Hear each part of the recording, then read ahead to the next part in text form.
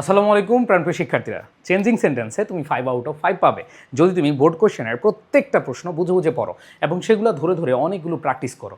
এর বাইরে কিছু লাগবে না। হ্যাঁ, আমরা অনেকগুলো রুল পড়ি, আমরা ভয়েসের রুল পড়ি, আমরা ডিগ্রির রুল পড়ি, আমরা সিম্পল কমপ্লেক্স কম্পাউন্ডের রুল পড়ি, আমরা অ্যাফার্মেটিভ, নেগেটিভ, ইম্পারেটিভ, এক্সক্লেমেটরি অনেক রুল পড়ি, তাই না? কিন্তু আসলে যে কাজটা আমাদের করতে হবে সেটা হলো বিগত বছর যে প্রশ্নগুলো আছে সেগুলো দেখে দেখে তোমার ভালোভাবে বুঝে বুঝে এরপরে এদের পাশাপাশি যে কোয়েশ্চেনগুলো আছে সেগুলো সলভ করতে হবে। সো প্রাণপ্রিয় শিক্ষার্থীরা, আমি তোমাদেরকে যে জিনিসটা বলতে চাই সেটা হলো ট্রান্সফরমেশন অফ সেন্টেন্সে বস হতে হলে তোমাকে অবশ্যই বোর্ড কোয়েশ্চেন সলভ করে পরীক্ষা হলে যেতে হবে। আসো আমরা এখন চলে যাচ্ছি মেন আলোচনায়। দেখো এখানে বলা আছে ইট বিগেটস অনলি দ্য ওর্স্ট। দেখো অনলি আছে, সো তোমাদের মনে থাকার কথা অনলি থাকলে নান বাট অথবা নাথিং বাট হয়, তাই না? নান বাট অথবা কি নাথিং বাট হয়। ব্যক্তির ক্ষেত্রে হয় নান বাট আর বস্তুর ক্ষেত্রে কি হয় নাথিং বাট। সো একবারে ইজি। আমরা জাস্ট এখানে দেখতে পাচ্ছি এখানে বস্তুবাচক বোঝাচ্ছে, তাহলে কি হবে ইট বিগেটস। দেখো ইট বিগেটস, এখানে অনলির পরিবর্তে কি হবে নাথিং বাট দ্য ওর্স্ট। ভাই খুব কঠিন বলো সবাই। দেখো এগুলার একবারে এক্সপ্লেনেশন আর রুলস এগুলো সব দেওয়া আছে। দেখো এই যে আমি তোমাদেরকে এই বোর্ড কোয়েশ্চেন যেভাবে করাচ্ছি, এই যে আমার বইতে এখানে সব ব্যাখ্যা সহকারে দেওয়া আছে। এখানে অনেকগুলো কোয়েশ্চেন তোমাদের ব্যাখ্যা সহকারে দেওয়া আছে এবং সেখানে রুলগুলো সুন্দরভাবে দেওয়া আছে। আমি তোমাদের বলবো যে রুল পড়াচ্ছে তোমরা হচ্ছে যে ব্যাখ্যাতে বেশি ফোকাস করো, মানে কোয়েশ্চেন সলভে বেশি ফোকাস করো। সো আমার বিশ্বাস এখানে সবাই অ্যান্সার করতে পেরেছো। It begets nothing but the worst, শেষ। অনলির পরিবর্তে তুমি নাথিং বাট ইউজ করলাম। এবার দেখো ওয়ান অফ দ্য আছে, পজিটিভ ডিগ্রি করতে বলেছে। ভাই এইটা যে কতবার আসছে কতগুলো বোর্ডে তুমি চিন্তা করতে পারবা না। এই ওয়ান অফ দ্য আছে, ওয়ান অফ দ্য থাকলে আমরা সবাই জানি পজিটিভ করতে হলে ভেরি ফিউ বসে। কি বসে? Very few. সো আমরা এখানে কি বসালাম? ওয়ান অফ দ্যার পরিবর্তে ভেরি ফিউ বসালাম।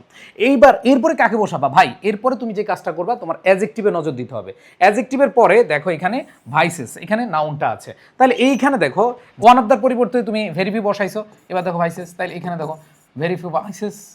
এইবার দেখো তুমি যে কাজটা করবা সেটা হলো এইখানে নাউনটা বসালা, তাই না? নাউনের পর একটা ভার্ব লাগবে, মানে আমরা জানি নাউন বা সাবজেক্টের পর একটা ভার্ব বসে। এই ওয়ান অফ দ্যার পরিবর্তে তুমি ভেরি ফিউ বসাইলা, এবার সাবজেক্ট বসাইলা।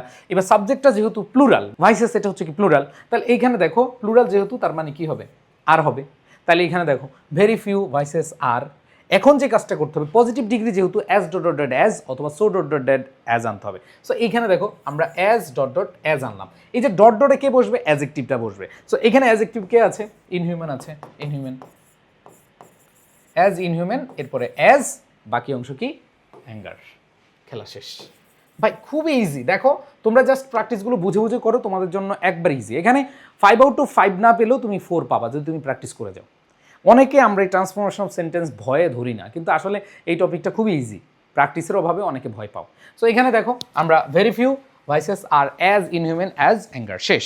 এরপরে যেটা আছে সেটা খেয়াল করে দেখো, so we should control it for our own সেক।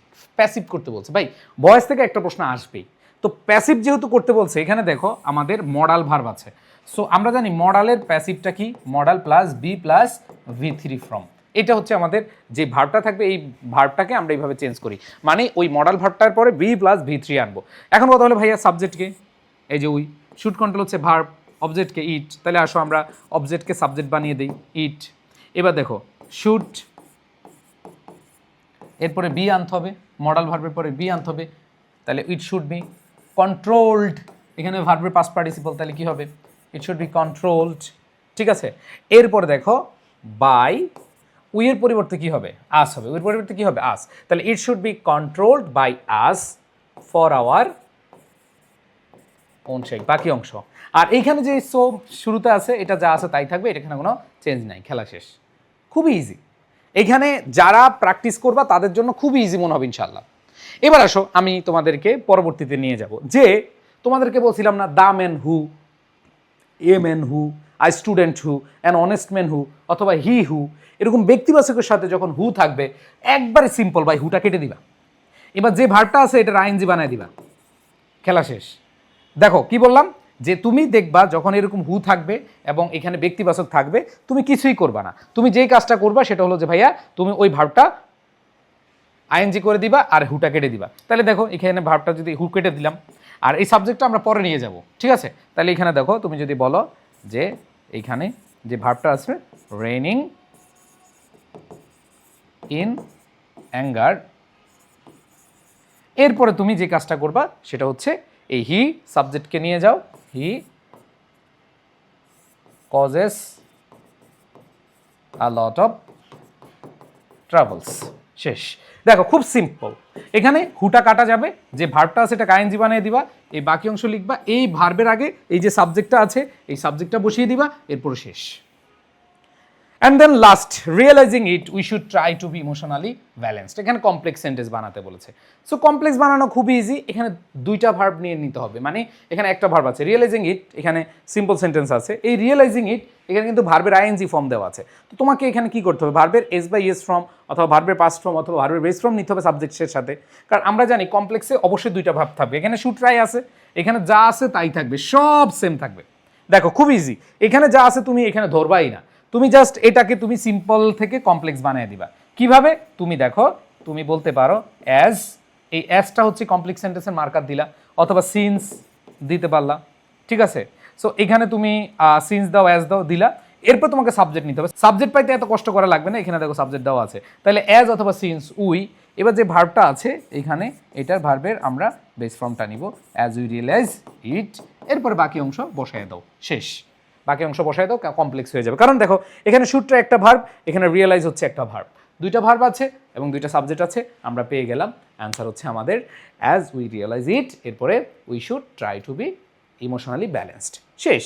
দেখো এইখানে যে 5টা কোয়েশ্চেন আমরা সলভ করলাম, এই 5টা কোয়েশ্চেন তুমি যখন বুঝে বুঝে সলভ করবা এবং অন্যান্য বোর্ড কোয়েশ্চেনগুলো যখন সলভ করবা, দেখবা যে তোমার কাছে খুব পরিচিত মনে হয়। এই যে এখানে দেখো তুমি ওয়ান অফ দ্য রুলস রয়েছে, আবার দেখো অনলি রুলস রয়েছে, মডাল ভার্বের রুলস রয়েছে। দেখো তুমি বোর্ড কোয়েশ্চেনগুলো, তুমি বেশি না, তুমি 2019 সালের বোর্ড কোয়েশ্চেনগুলো দেখো ব্যাখ্যা সহকারে। এখানে আমি আমার বই যারা অলরেডি, এটা নতুন এডিশনটা, এখানে আমি আগের এডিশনে তোমাদের ব্যাখ্যাগুলো দেওয়া আছে, এই ব্যাখ্যাগুলো আমি এমনভাবে দিয়েছি তুমি বাসায় বুঝে বুঝে যখন পড়বা তখন তোমার কাছে নিজের কাছে প্রশ্ন মানে উত্তর পেয়ে যাবা যে হ্যাঁ রে, ঘুরে ফিরে তো একই রুলগুলো আসতেছে। আমরা অনেক রুল পড়ি, তাই না, আমরা অনেক রুল পড়তে গিয়ে আমরা আসলে মাথা নষ্ট করে ফেলি। বাট আসলে আমাদের এই যে পরীক্ষায় ভালো করার জন্য বোর্ড কোশ্চেনের আলোকে পরীক্ষা হওয়ার প্রশ্ন হবে, সো এটা ভালো করার জন্য তোমাকে বোর্ড কোশ্চেন অবশ্যই ভালোভাবে সলভ করতে হবে। সো আমি বিশ্বাস করি তোমরা যদি এই কাজটা করো তাহলে তোমরা ইজিলি খুব ভালো করতে পারবে। আর তোমাদের জন্য আমার যে ক্র্যাশ কোর্স রয়েছে, আমি আবার বলছি, যদি আমার ক্লাস ভালো লাগে, যদি আমার ক্লাস সহজে বুঝো, যদি দেখো যে শেষ মুহূর্তে সেরা একটা প্রস্তুতি মহসিন স্যারের মাধ্যমে নেওয়া সম্ভব, তাহলে ভাই দেরি করো না, তোমরা হচ্ছে এটা অলরেডি শুরু হয়ে যাচ্ছে এবং তোমরা যারা এই কোর্সে ভর্তি হবা, তোমরা 15 দিনে 24টা ক্লাস করে তোমরা হচ্ছে যে শেষ করতে পারবে ইনশাআল্লাহ। সো হোয়াটসঅ্যাপ করবে না, তোমরা হচ্ছে যে কাজটা করবে সেটা হচ্ছে আমাদের আই এডুকেশন পেজে নক দিবা অথবা মহসিন পাটারির পেজে নক দিবা। ইনশাআল্লাহ তোমাদের সাথে দেখা হচ্ছে। তোমরা সবাই ভালো থাকো, সুস্থ থাকো, সবার প্রতি শুভকামনা। আল্লাহ হাফেজ, আসসালামু আলাইকুম রহমতুল্লাহ।